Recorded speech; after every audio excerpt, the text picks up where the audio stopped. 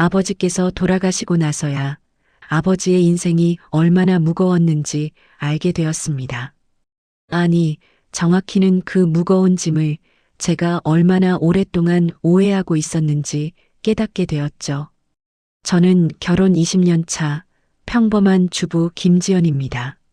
남편은 작은 회사에 다니고 있고 저는 간간히 파트타임으로 일을 하며 살고 있습니다.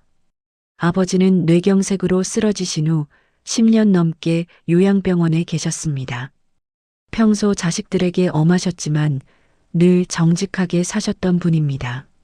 저희 남매는 3명, 두 오빠와 저.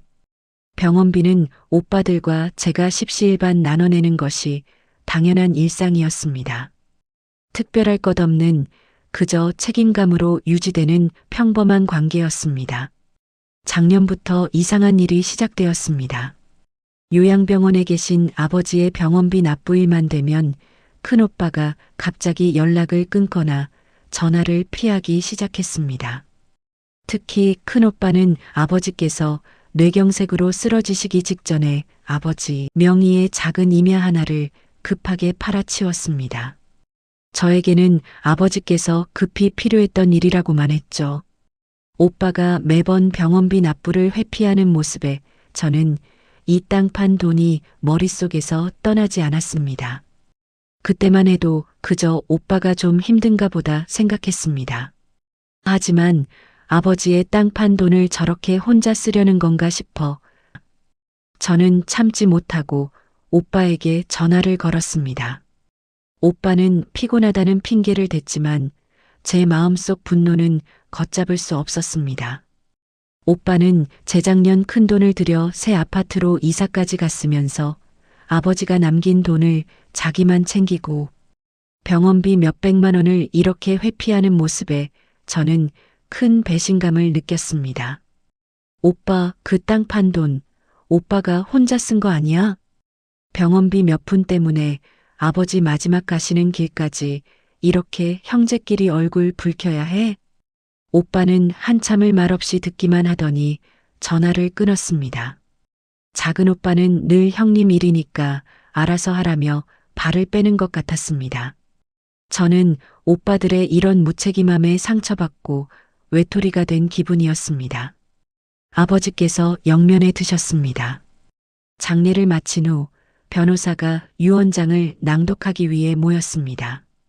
아버지 명의의 작은 집과 통장 잔액이 전부였습니다. 유언장에는 자식들에게 유산을 3분의 1씩 균등하게 나누어 상속한다고 적혀 있었습니다. 그런데 그 다음 문장에서 제 이름은 빠져 있었습니다. 하지만 딸 김지연은 3년 전 임야 매각 대금을 통해 이미 자신의 몫을 수령하였으니 남은 재산은 장남 김철수와 차남 김영식에게만 상속한다. 머리가 새하얘졌습니다. 땅 판 돈이 결국 저를 유산에서 제외하는 명분이었다는 사실에 오빠들이 아버지와 공모했다고 확신했습니다. 저를 배제한 아버지의 결정에 저는 그 자리에서 일어날 수 없었습니다. 오빠들은 침묵했고 남편은 제 손을 잡았지만 아무 소용 없었습니다. 변호사가 담담하게 다음 내용을 읽어 내려갔습니다. 그것은 아버지께서 남기신 유언장과 별개의 편지였습니다. 지연아, 이 글을 읽을 때쯤이면 너는 아마 아버지를 원망하고 있겠지. 미안하다. 너의 몫을 두 오빠에게 준 이유는 내 남편 때문이다. 너의 남편이 3년 전 회사 보증 문제로 빚더미에 앉아 있다는 것을 알고 있었다. 3년 전 급하게 팔았던 그 임야는 너의 미래 상속 몫이었다.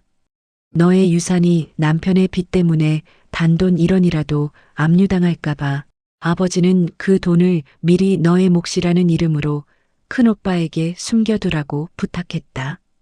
유언장의 내용은 빚 추적에서 너의 몫을 영원히 제외시키기 위한 아버지의 거짓말이었다. 내 몫은 사라진 것이 아니라 가장 안전한 곳에 숨겨져 있단다. 이 돈만은 너의 마지막 희망이 되기를 바란다. 아버지의 편지와 함께 큰오빠가 보관하고 있던 봉인된 현금 다발이 든 서류 가방 사진이 증거로 제시되었습니다. 오빠들이 침묵했던 것은 저를 지키기 위해 아버지의 비밀스러운 부탁을 목숨처럼 지키고 있었기 때문이었습니다. 저는 숨이 멎는 것 같았습니다. 그동안 아버지와 오빠들을 땅 판 돈이나 챙기려 했던 파렴치한 사람들이라 욕하고 모진 말로 상처 줬던 제 자신이 너무나 부끄러웠습니다. 제 어리석은 판단으로 저를 가장 사랑했던 사람들의 마음을 찢어 놓았습니다. 저는 오빠들에게 미안하다고 말하고 싶었지만 목소리가 나오지 않았습니다. 아버지는 돌아가시는 순간까지도 자식의 고통을 덜어주려 홀로 짐을 지고 계셨습니다. 저는 아직도 그때의 제 오해와 오만했던 태도를 후회합니다. 여러분은 인생에서 가장 힘들게 했던 오해가 풀렸을 때 여러분은 어떤 감정을 느끼실까요? 좋아요와 구독으로 따뜻한 이야기 계속 함께해요.